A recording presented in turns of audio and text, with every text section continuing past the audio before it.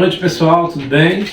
Hoje estou aqui com duas referências, não só da nossa cidade, não só do nosso estado e de outras regiões, mas duas referências na minha vida em especial. Mestre Nilson, né? Tio André, que eu chamo assim porque quando eu estudava ali no CIEP 347, Dr. Jorge Miguel Jaime, era ele que eu pequenininho pegava da mão da minha mãe e entregava na mão da minha mãe, né? Nosso sacerdote espiritual aqui, Pai André.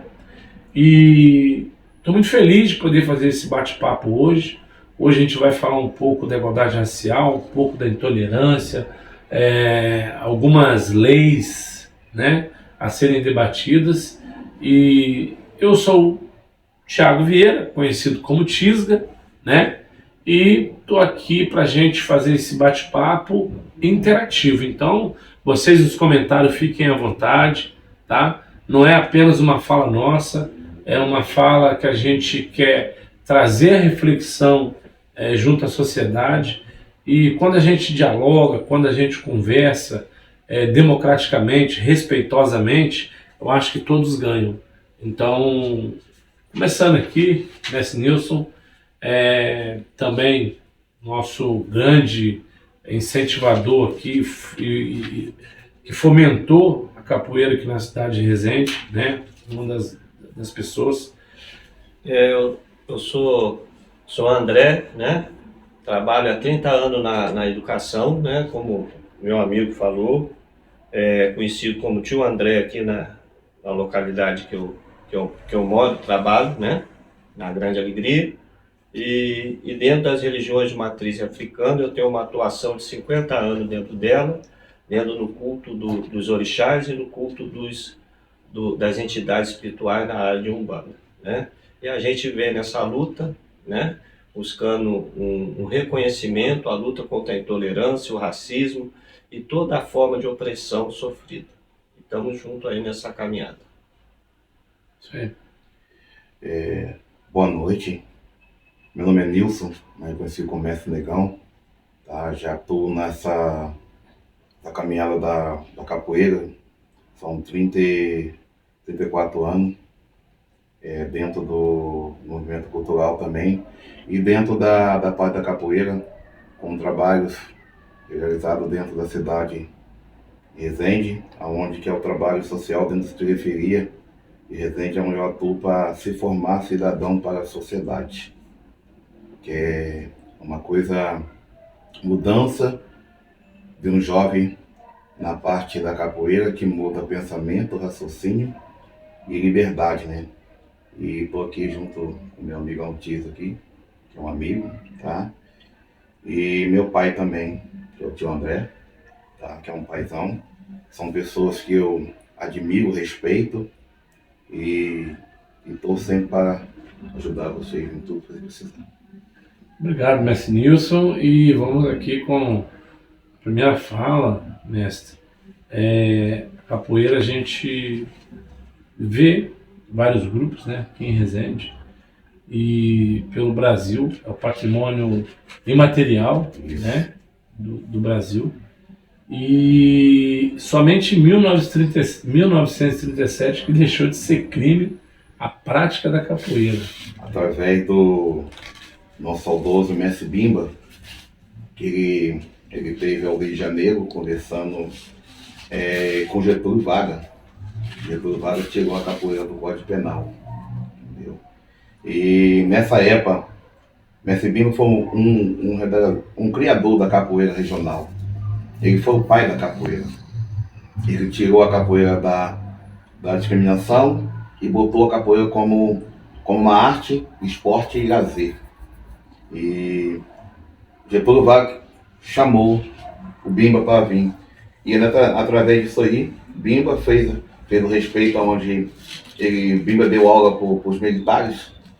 Foi o primeiro mestre da aula em faculdade, que é onde conseguiu se fazer a capoeira mais envolvida, que hoje a capoeira está no mundo todo através do Mestre Bimba. Se não fosse ele, a capoeira estaria ainda nesse Código Penal ainda. Aprendizado aí, pessoal. Eu particularmente não sabia desse detalhe, Mestre Nilson. Aprendizado. E Eu tenho todos os documentos também lá, mas vou te passar para você também. Obrigado, Bom, obrigado. E a gente falando de datas, a gente não pode deixar de falar da Lei do Ventre Livre, né, de 1871. O quanto a história ela foi cruel no período da escravidão no nosso país. Porque a gente fica imaginando, Lei do Ventre Livre, a criança nascia livre. Mas como com a criança de um dia, ela vai se vestir, se alimentar, sair andando, trabalhar, né? Então assim, na verdade foi uma lei com ditado popular para inglês ver, né, tio André? Para mostrar para o mundo que o Brasil estava ali, de certa forma, acabando com a escravidão. Mas, na verdade, a lei do ventre livre nada mais foi do que continuar as crianças nascendo e sendo escravizadas. Aí, o Mestre Nilson, então, essa lei do ventre livre, na verdade, foi uma enganação, vamos dizer dessa forma, né? E em 1885 a gente teve outra lei, que é a lei do sexagenário. A lei do sexagenário, o escravizado, aos 60 anos ele era livre. Só que ele a vida toda foi um escravo, né? A vida toda ali escravizado. E com 60 anos, o fazendeiro, a partir de agora, você está livre. Mas livre para onde? Porque hoje, com 60 anos, né, mestre? Tio André, a pessoa, dependendo da atividade que ela exerceu, né, dependendo da profissão, ela exigiu mais do seu corpo. Agora, vamos, né, pensar numa pessoa escravizada durante 60 anos. A forma de trabalho também, a forma de trabalho que trabalhava. A forma de trabalho. E como que ela ia conseguir se manter, da onde que ela, qual casa ela iria, qual terra ela recebia. Assim, a lei de sexagenário foi outra lei também, uma ilusão, né? Nesse passo de mostrar que o Brasil estava caminhando para fazer a abolição aí da escravidão. Onde a gente, em 1888, teve a abolição da escravidão no Brasil, mas é uma abolição, dia 13 de maio, que a gente não comemora. É um ato que a gente tem que fazer uma reflexão, né? Mas não se comemora porque os negros ali, quando teve a abolição, eles não foram reparados pelos quase 350 anos de escravidão. Simplesmente, olha, agora vocês estão libertos, mas vocês não podem ter terras, vocês não podem entrar nas igrejas que a gente entra, vocês não podem fazer a capoeira, vocês não podem praticar a cultura de vocês, vocês não podem praticar a religião de vocês. Então, assim, nada o negro foi, de certa forma, não vou nem falar para beneficiado, que seria uma coisa muito até ridícula, né, tio André? Mas, pelo menos, ali reparado de alguma forma. E não foi feito isso. Então, criamos aí as primeiras periferias, né, das leis aqui que a gente falou, do ventre livre, que isso não foi uma lei que ajudou em nada o negro. A lei do sexagenário, desculpa, tem a língua presa, é difícil, sexagenário. A lei do sexagenário não ajudou. Também não ajudou, foi uma ilusão. E a própria abolição, infelizmente, ela não reparou. E aí, o que eu quero dizer para o senhor? Se a gente for ver as áreas periféricas da cidade, a gente vai ter o maior número de negros. A maioria. A maioria de negros. Se a gente for ver os condomínios, a classe média elite, o maior número é de brancos. Então, quando a gente fala dos médicos, hoje, né, devido a políticas públicas de inclusão, a gente está conseguindo ver esses médicos negros hoje. Mas, há um tempo atrás, isso não existiu. Não. Por que não existiu? Porque a gente simplesmente, durante 350 anos, a gente também tinha mais um crime. Se fosse pego lendo ou escrevendo, era açoitado, podendo ser levado até a morte. Porque era crime também o negro saber ler e escrever. Não Enquanto queria. isso, nesses 350 anos, nesses 3 séculos e meio, o branco, ele estudava. E foi passando de geração para geração. Então ele foi adquirindo posses, foi adquirindo cultura, foi adquirindo o conhecimento que foi proibido de cidadão negro. Então hoje, se a gente pegar dentro dos presídios, 80% são negros. São. Se a gente pegar desempregados, a maioria são de negros. Se a gente pegar hoje um percentual dos brasileiros que não têm nível superior, a maioria são de negros. E aí a gente tem que remeter a essa história cruel de 350 anos que não deu direito de competitividade entre ambas as partes iguais. Mentira. Né? É isso aí. E essa questão é uma coisa que faz a gente refletir. Né? Refletir no sentido, porque o que acontece, muitas vezes, a gente escuta história, mas não conhecemos a história. Né? Porque qual é a diferença de uma história para uma história? A história vamos dizer assim, é um conto. Né? É um conto que foi passado e a verdadeira história, muitas vezes, ela não é colocada de uma maneira que as pessoas entendam. Né? E é uma coisa muito importante a gente saber o seguinte: o povo que não conhece a sua própria história, ele não conhece a sua identidade. Né? Então, são questões relevantes, porque o que acontece faz a gente voltar e refletir, né? O porquê, o que foi a escravidão no Brasil, o que foi a colonização no Brasil, né?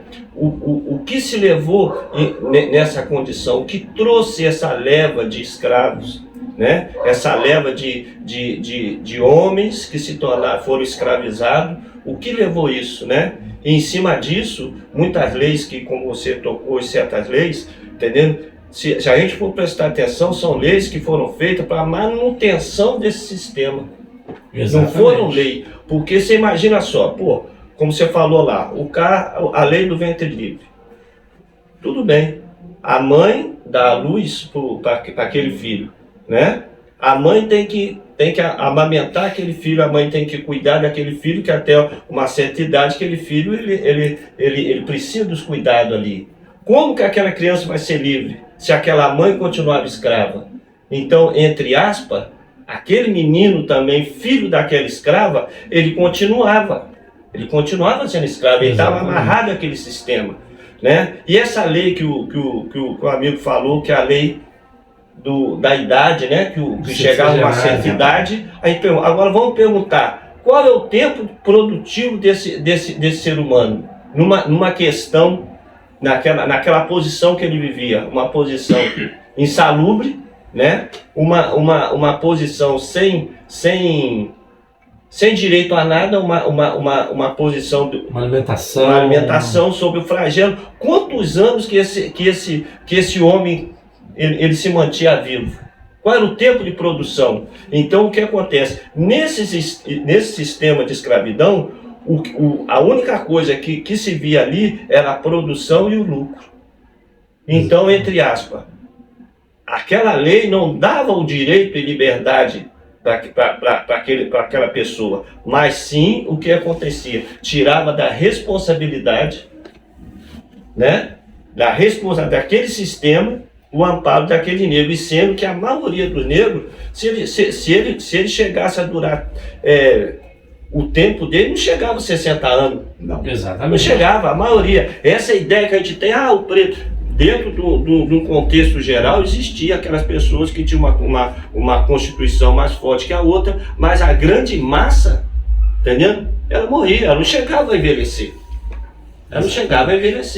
Então, quer dizer, é um sistema de exploração da pessoa, e o sistema da escravidão é um flagelo que a gente vive o resultado até hoje.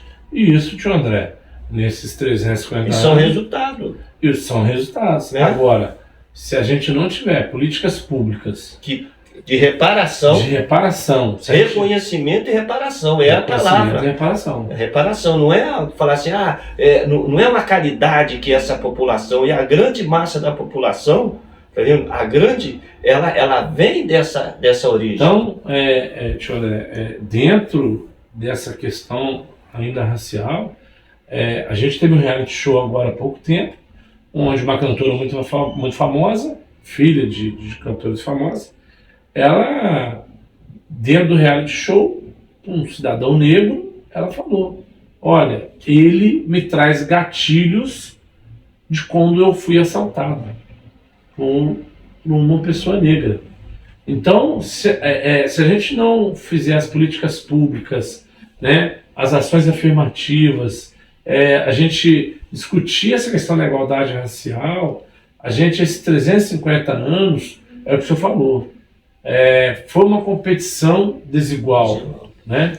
Então, a gente precisa igualar, a gente precisa colocar essa questão racial em debate, porque, infelizmente, se a gente não tiver as políticas inclusivas, vai continuar sendo o maior número de negros dentro dos presídios, o maior número de negros sem nível superior, o maior número de negros sem ascensão à classe média, sem ascensão à elite, né? Porque se a gente for falar hoje das 10 maiores marcas do Brasil, quantos são negros?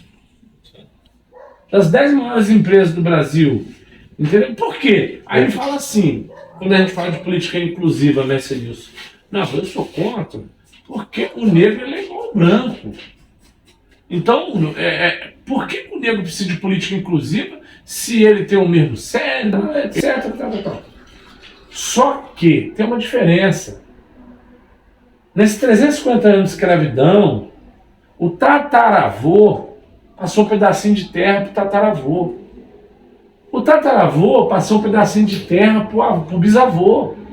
O bisavô já passou um pedacinho de terra, mais as cabecinhas de gado, para o filho.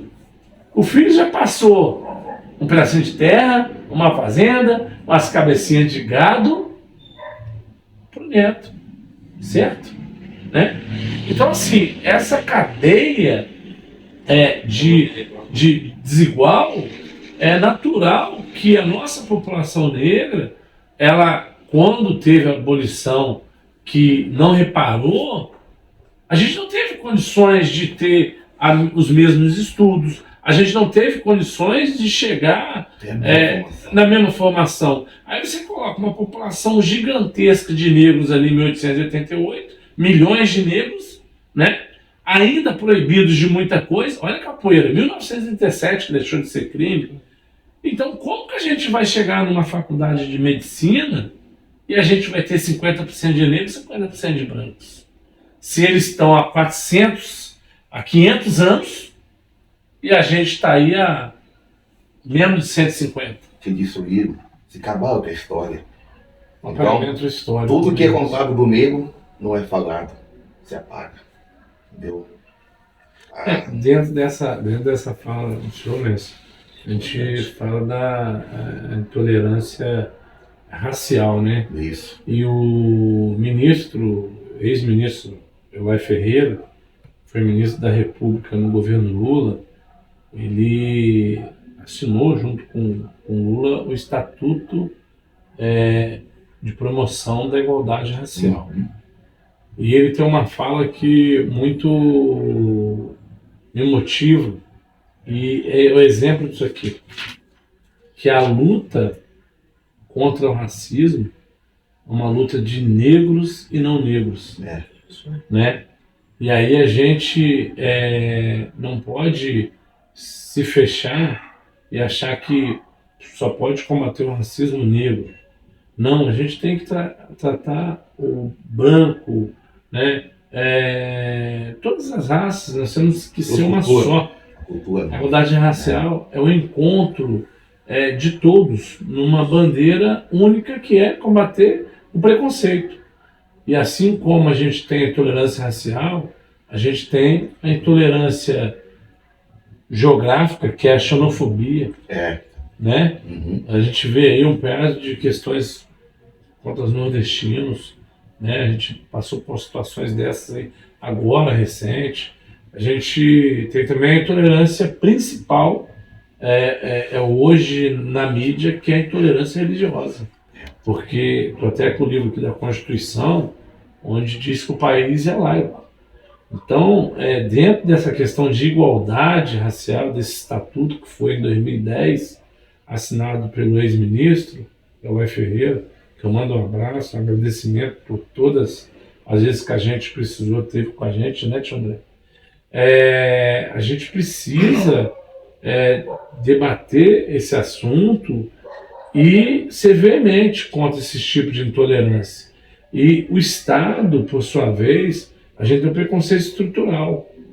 Então tem que ser igual para todos, né? Eu acho que cada um tem que ouvir a música que gosta, torcer para o time que gosta e ter a religião que quiser. Então a gente tem que respeitar e tentar entender que o respeito é tudo, né? Então a intolerância, o próprio nome já diz. Eu sou intolerante à religião do Mestre Nilson. Mas por que eu sou intolerante à religião do Mestre Nilson? Onde ela me afeta? Onde ela tira o meu direito? Se eu tenho o direito de ter a minha. Entendeu? Então assim, eu sou católico, a minha esposa é de Umbanda, o meu irmão é evangélico e a minha tia frequenta o salão da Testemunha de Jeová. E todo domingo a gente está junto aqui em casa. Que benção. Não se discute. Não se discute. Nunca teve um problema por causa da religião. O amor a Deus acima de tudo. Amor a Deus acima de tudo. E quando, amar ao próximo como a ti mesmo, eu não vi escrito lá, amai os católicos, amai os evangélicos, amai os umbandistas, as religiões de matriz africana. Não, amai uns aos outros, né? Como a ti mesmo. Então, amar ao próximo. Então, e dentro da Bíblia a gente falando, Isso né? é bíblico. É bíblico. E dentro da Constituição é laico. É direito do culto. É o direito a... Todos são iguais perante a lei, independente de sexo, independente de cor, independente de religião. Então, é muito importante falar. E de gênero. Então, nesse momento nosso, a educação bate na educação, porque a educação é a formação. Formação da geração. Então, são gerações, como nós também, não conhecemos a nossa própria história. E isso aí, o que acontece? Nos enfraquece. Então, quando o poder público, né, e a própria sociedade organizada cobra essa história, vai acontecer o quê? Uma valorização. Mas quando não cobra, tio André, aí a gente tem um preconceito estrutural. Estrutural. Que é o mais cruel. Porque é aquele que deveria fazer o inverso do preconceito. Ele deveria confrontar e fazer políticas públicas inclusivas, ações afirmativas para combater racismo e toda forma de tolerância. Mas quando isso está impregnado dentro da máquina pública, se torna mais preconceito difícil. estrutural. Se torna mais difícil. Então, a gente, é o que você falou. Por isso que a educação é o passo. A educação é o passo. É o passo. É a formação. É a formação. E coisas, tio André, que remetem, como se for da criança, da importância do estudo nas escolas. Por exemplo, qual a cor do boi que faz mal para a criança na hora de ninar, quando ela aprende? É o da cara preta. Cara preto. Qual a cor do gato que se passar debaixo da escada faz mal? O gato preto. Gato preto. Não é? E quando as pessoas morrem, qual é a cor que tem que se utilizar na dor? O O luto. Que é o preto.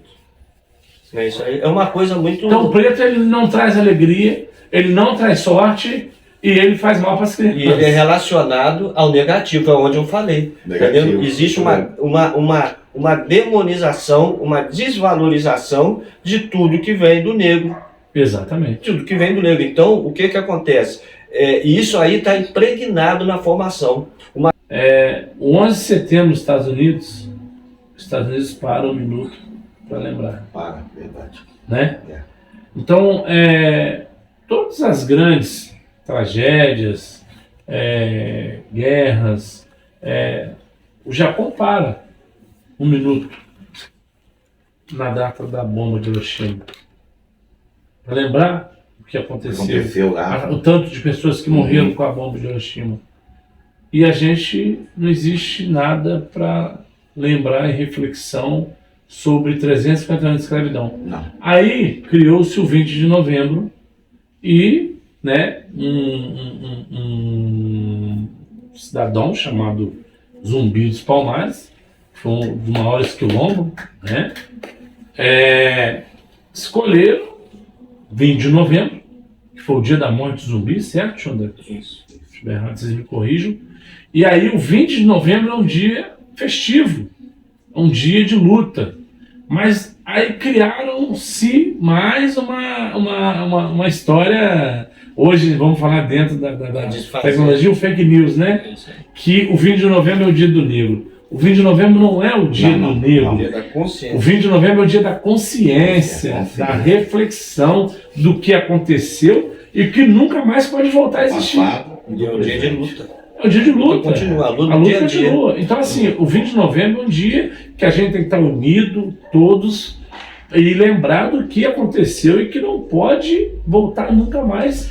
Mas a aí, acontecer. a escola não passa isso para as pessoas. Como o pai André falou, não é passado.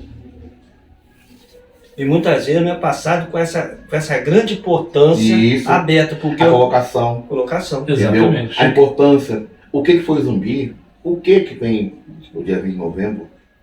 Exatamente. Falar um pouco da história dele. Entendeu? Ganga Zumbi, falar um pouco sobre ele. Falar sobre na página, sobre qualquer um também que não fala. Entendeu? Então, as pessoas falam, Zumbi. Zumbi o que é? Zumbi. Zumbi. As pessoas não sabem, muitas pessoas não conhecem a história. A representatividade dele. É isso aí. E aí a gente tem um 20 de novembro, né? E essa consciência, reflexão, as pessoas têm que entenderem que não é o dia do negro, é o dia de lembrança de um período cruel, um período nefasto, vergonhoso para o Brasil, vergonhoso para a colônia. Então, Portugal, o presidente fez uma fala, né, de retratação, mas não adianta somente a fala, precisa de outras ações e gestos. E outros dados, a gente só tinha 3 estados que tinham 20 de novembro. Esse ano, através do decreto presidencial, o 20 de novembro, ele é nacional. Então, é uma luta, né? É uma luta. Mas, olha só, 2024, que o 20 de novembro se tornou nacional. Então, acho que a gente tem que continuar nessa luta, nessa resistência. Quando eu fui vereador, né, através de provocação de vocês, eu demorei 1 ano e meio para conseguir aprovar o Dia Municipal da Matriz Africana, que é o segundo sábado do mês de novembro, né? Eu consegui colocar um projeto de lei nomeando hoje o maior equipamento público, que vai ser o Ecoparque. Eu consegui fazer uma lei nomeando de Dr. Luiz Gama. Luiz Gama foi um abolicionista, né? Um rábula, que é o advogado que não tinha ali o diploma, mas libertou mais de 500 escravos. Então vai ser, dentro de Resende, pela primeira vez, né, após ser inaugurado, o Ecoparque vai ser o maior equipamento e vai ser o primeiro equipamento com o nome de um abolicionista. Então a gente tem Rua Coronel tal, Rua General tal. Aqui eu não quero fazer nenhuma história, né, de ninguém. Mas também que busque também esse reconhecimento. Esse reconhecimento. Então a gente precisa falar de Luiz Gama, de André Rebouças, de João Cândido. João Cândido, que há pouco tempo ele teve uma fala vergonhosa contra João Cândido, né? Infelizmente, dentro do próprio segmento, mas a gente não tem que polemizar, a gente tem que resistir.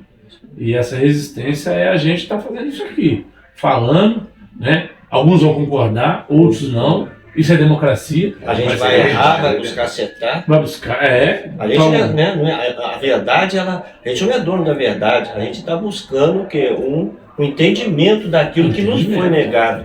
Então, na nossa conversa, pessoal, deixa no comentário aí o que vocês pensam, o que vocês acham que pode contribuir, né, o Mestre Nilson? Isso aí. Pra gente poder estar fazendo também um bate-bola junto a vocês. Vai ter muito comentário, hein?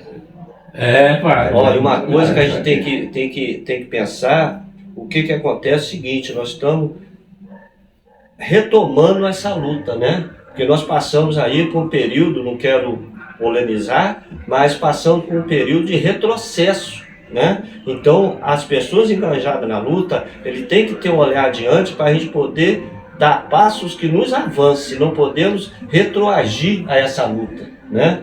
Porque o que acontece, dentro da nossa religiosidade, né, de matriz africana, né, que ela é ampla, não vou dizer o nome de um segmento, porque, como eu falei, a África é um continente, né, e as etnias que vieram para o Brasil são de diversas etnias, né, que resultou essa religiosidade que nós vivemos hoje, né. Mas o que acontece?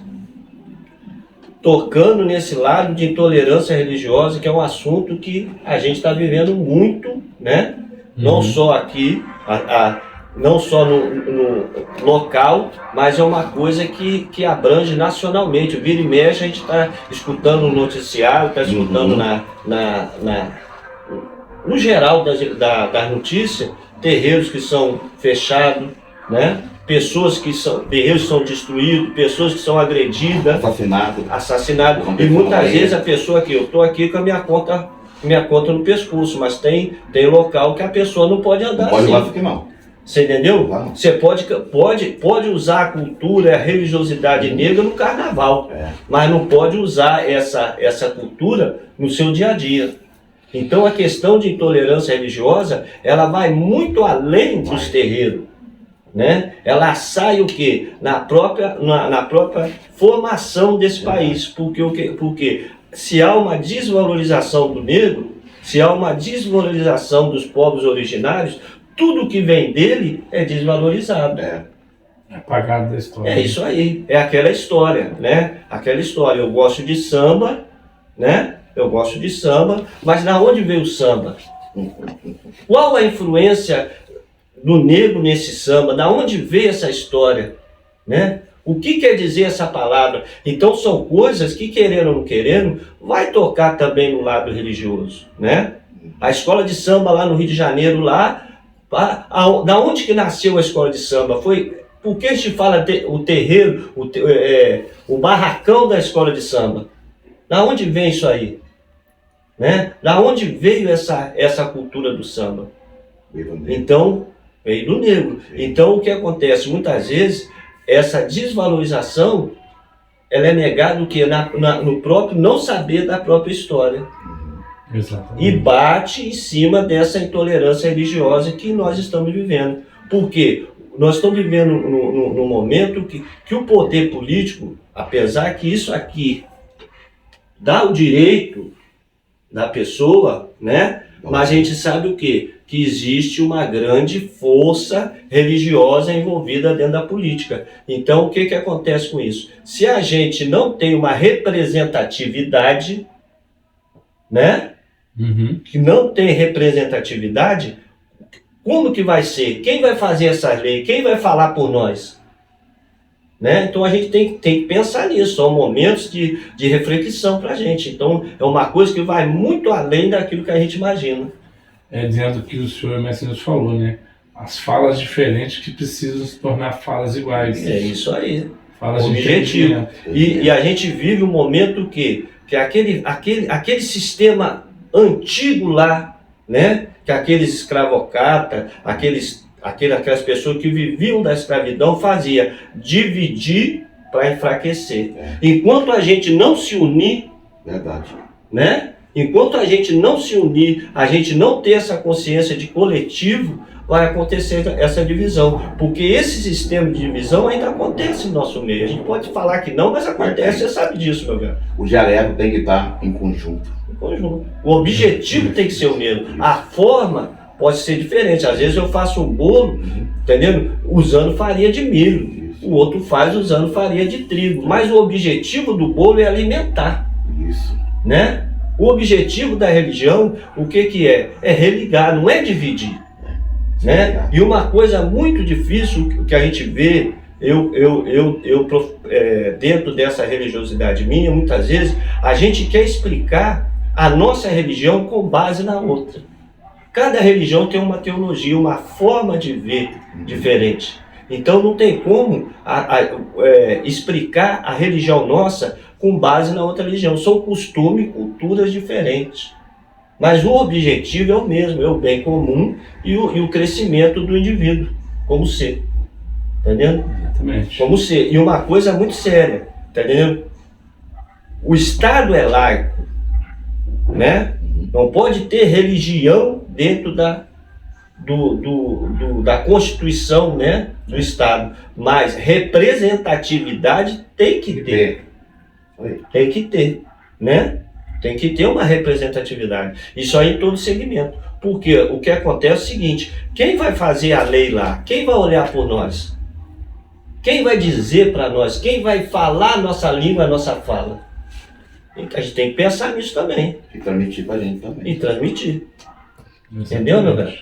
Exatamente. É uma questão que às vezes a gente não consegue colocar o tamanho dessa questão, colocar apenas numa fala, porque são questões muito problemáticas.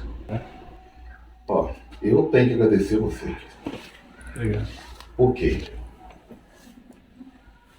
A última vez eu fui na rádio, hoje em dia tem 6 anos ainda, eu fui falar um pouco sobre a capoeira, falar um pouco das comunidades de Resende. E nesse dia perguntaram para mim assim, se eu conhecia algum local assim cultural de Resende. Eu falei, conheço. Praça da Matriz, aonde se trocava, vendia negro. Isso aí. Tá? E de volta daquela igreja ali, tem muito túmulo enterrado ali. Que antigamente enterrava as pessoas famosas, as pessoas importantes, era na igreja, do lado da igreja, as pessoas importantes enterradas do lado da igreja. Tá? Praça do Centenário, que é do lado do Parquinho do Arão, ali que nele se levava chicotada, naquele meio, ali que ali tinha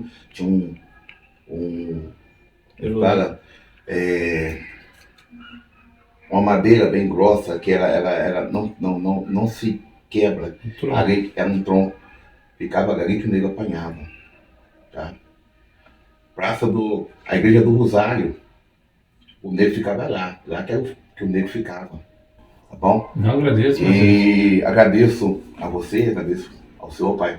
Amém. Eu tenho que agradecer, tá? E peço sempre que Deus cada vez ilumina cada vez a vocês, tá bom? Tá bom? E as palavras foram muito boas e aprendi muito também das leis. Eu vou querer sempre, tem umas coisas que eu quero aprender contigo, vou aprender com você. Eu sei a lei, mas preciso estar sempre sabendo, porque a gente tem que ter tempo em alguma coisa para descarregar, porque quando você faz uma pergunta, você tem que estar ciente do que vai falar, porque a boca ela fala o que não deve e o que deve. Depois que fala, vai embora. E aquilo vai levando, tá bom? E o senhor fez uma fala, não sei se foi o senhor André, mas sobre, a gente não vê nos livros, né? Não. A gente conhece através da oratória. Da oratória. Isso é muito importante. Dentro dessa oratória, Resende era muito grande. Uhum. Resende ia até quase na Serra dos Araras, né, tio André? Isso. Todos esses municípios eram Resende. E aqui a gente tinha o Comendador Breves, que aí tem documentos, né? O Ângelo Tremezino é do arquivo histórico, tem um pouco de material. Esse comendador ele teve mais de 20 mil escravos. Resende começou a plantação de café em 1727. Isso aí. 1727. A gente vem falar da lei do ventre livre Quase 100 anos depois. Mais de 100 anos depois. Mais de 100 anos depois. Quase 200 anos depois. A gente veio falar da lei do sexagenário quase 200 anos depois. Olha quanto tempo passou. E Resende começou a plantar café em 1727. E lembrar que Resende era a terra do jongo também. Se apagou. Aqui é chamado Massa Café. Massa Café. Se acabou. Uma outra oportunidade que a gente fala do jongo também, que foi criado pelos negros, através da batida do tambor. Começou na palma da mão e foi para o tambor. O tambor é feito de tronco de árvore, que eles queimavam o tronco de árvore, limpavam, chicotavam o couro, se trafava e fazia a fogueira e fazia o tambor. O tambor comia. É o momento para poder tirar um pouco o sofrimento, a dor do corpo, a dor do cansaço do corpo do dia. O tambor que batia, existia a dança do negro também. Tem tudo isso aí. Muita cultura, né, mestre? Então, assim, eu espero que não fique só nesse bate-papo. Vai ter outro. O senhor já está convidado para o próximo. Opa! Tá? Senhor tio André. Só agradecer. E agradeço muito a presença do senhor, vendo que voluntariamente. Não, vem. Tá? Agradeço muito pelos conhecimentos. A gente vai aprendendo. E infelizmente ainda mais pela oratória, né? Mas tomara que a gente veja dos livros. Não, né? Eu acho que só tenho a agradecer a oportunidade, né? Pedir desculpa às vezes porque são assuntos que mexem com a emoção da gente, né? Mexeu mesmo. E dizer o seguinte, que eu acredito na educação, uma educação libertadora. Amém. E eu acho que todo o avanço que a gente pode ter é através da educação. Amém. Só isso que eu digo, né? E falo que todos nós, né? A gente tem que lutar contra o racismo, contra a intolerância, contra todo e qualquer tipo de opressão. Né? Eu acho que os direitos são iguais, né? A Constituição nos dá esse direito e nós temos que lutar. Né? Liberdade, como o próprio mestre falou, entendeu? Liberdade não é nos dado, não é dado a ninguém. Liberdade é uma conquista do dia a dia. Né? E estamos juntos nessa luta aí, nessa conquista, e pedir um Brasil melhor, né? Um mundo melhor, porque como diz assim, a gente está vivendo, a gente está passando nosso tempo, mas o que nós vamos deixar, né? Para aqueles que virão depois da gente, né? E não esquecendo também daqueles que vieram antes, né? Porque como eu falei no começo da minha fala, aquele que desconhece a sua história, né? Desconhece a si mesmo. Eu acho que só posso pedir um grande salve, um grande axé, um grande saravá, um grande amém, né? Amém. E uma união, tudo em nome de um objetivo só, que é o bem comum. Né? Um grande axé a todos, que Oxalá no dia de hoje abençoe a todos e me abençoe também. Axé. Agradeço, mestre Nilson, obrigado mais uma vez. Agradeço você. Quero dizer a vocês que voluntariamente, para essa conversa tão rica de conhecimento, né, de fatos, às vezes nunca ouvidos por vocês que estão aí. Agradeço muito, tio André, tá? por nos trazer também, participar dessa conversa, voluntariamente também. E dizer a vocês, gente, que a gente precisa de políticas públicas, a gente precisa das ações afirmativas e a gente precisa falar da igualdade racial. E a gente precisa muito do respeito, né, ao próximo, combater todo tipo de intolerância, como a gente falou aqui, e principalmente, ter a ideia de que a Constituição, ela já diz, o país é laico, cada um tem o direito de ser o que quiser ser, de fazer o que quiser fazer, desde que não seja crime. Então, capoeira não é mais crime, Não. desde 1937. A religião de matriz africana, a prática dos cultos, né, é um direito que está aqui na Constituição. Então, gente, deixar um abraço para vocês, evangélicos, deixar um abraço para vocês, católicos, deixar um abraço para vocês, espíritas, deixar um abraço para vocês também, ateus, e todos os demais aqui, cada discernimento, cada um dentro da sua religião, né, Isso. o mestre, Isso aí. respeitando a todos, porque a ideia dessa conversa nossa foi falar dessa intolerância, foi falar do amor ao próximo, né, e principalmente da igualdade racial, que o nome já diz, igualdade de raças. Somos uma única raça. E para combater o racismo é uma luta de negros e não negros. Então, muito obrigado a todos e estamos aí até o próximo bate-papo. E fechando essa fala, entendeu? É muito importante também ressaltar o trabalho do Conselho Municipal de Igualdade Racial dentro da nossa cidade, que é uma conquista também. Né? Uma conquista. E o Conselho, ele existe, o Conselho está atuando, né? E aberto também para toda a comunidade, sem distinção de credo, de raça e de gênero, né? Porque o Conselho é de todos e todas. E através do Conselho, né, Tio André, a gente está finalizando, mas foi muito bom não deixar passar despercebido isso.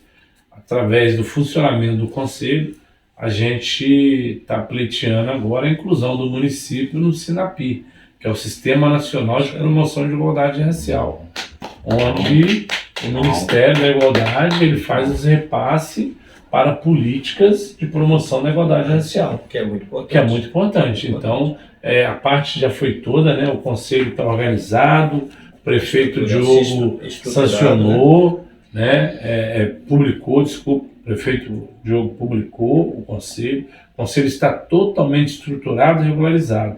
E todos os documentos já estão no Ministério da Igualdade. Agora só falta aí a inclusão. No mais, gente, é isso. Muito obrigado a todos. Mais amor e menos ódio. Um abraço. Um axé para todos.